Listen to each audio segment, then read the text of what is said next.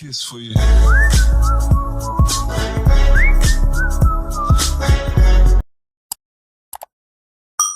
Assalamualaikum warahmatullahi wabarakatuh. Halo, semangat pagi anak-anak. Alhamdulillah kita masih dikaruniai kesempatan untuk belajar bersama.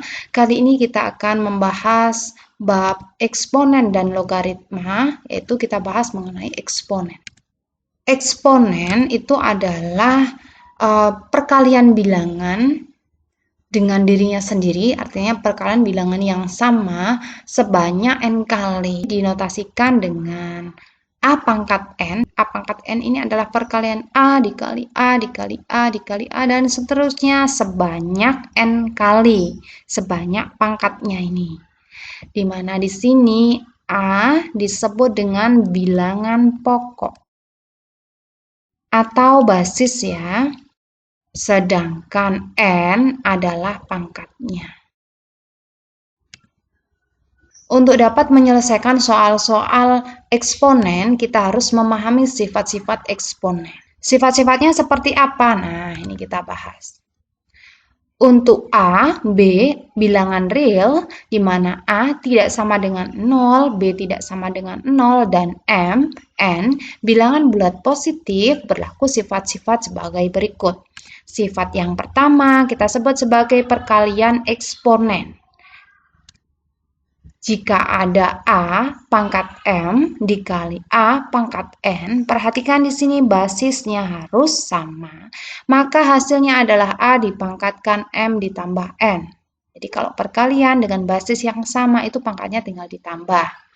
Contohnya misalkan ada 2 pangkat 3 dikali dengan 2 pangkat 5, berarti karena basisnya sama, berarti sama dengan 2 pangkat 3 ditambah 5. Jadi 2 pangkat, 8. Mudah ya?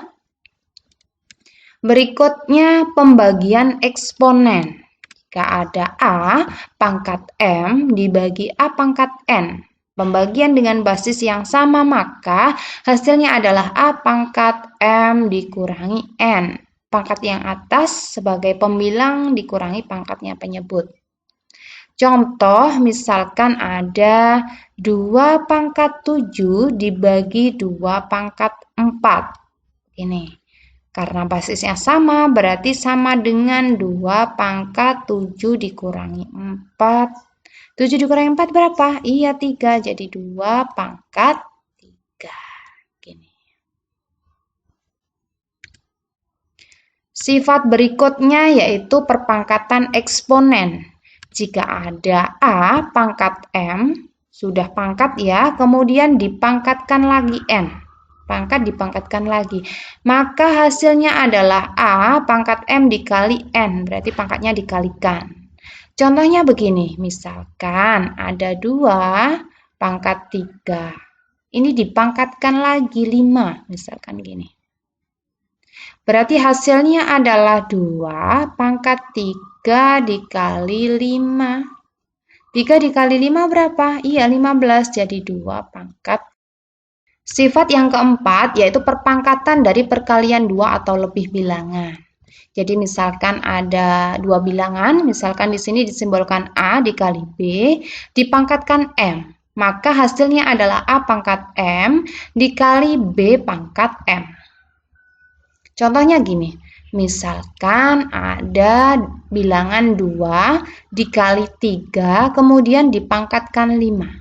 Nah, ini perkalian kemudian ada pangkat. Maka hasilnya adalah 2 pangkat 5 dikali 3 dipangkatkan 5. Jadi masing-masing bilangan ini dipangkatkan 5. Berikutnya perpangkatan bilangan pecahan. Jadi misalkan ada bilangan A dibagi B, kemudian dipangkatkan M.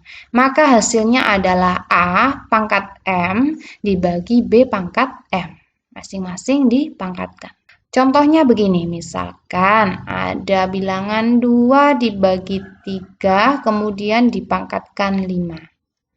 Maka hasilnya adalah 2 dipangkatkan 5, dibagi 3 dipangkatkan 5. Begini. Bisa difahami ya? Lanjut untuk sifat yang keenam, yaitu perpangkatan bilangan 0. Jadi kalau ada sembarang bilangan dipangkatkan 0, hasilnya adalah 1.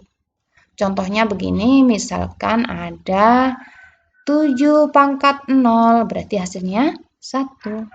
Misalkan ada 1000 pangkat 0, hasilnya juga 1. Bilangan berapapun pangkat 0, hasilnya 1. Sifat berikutnya yaitu bilangan berpangkat negatif.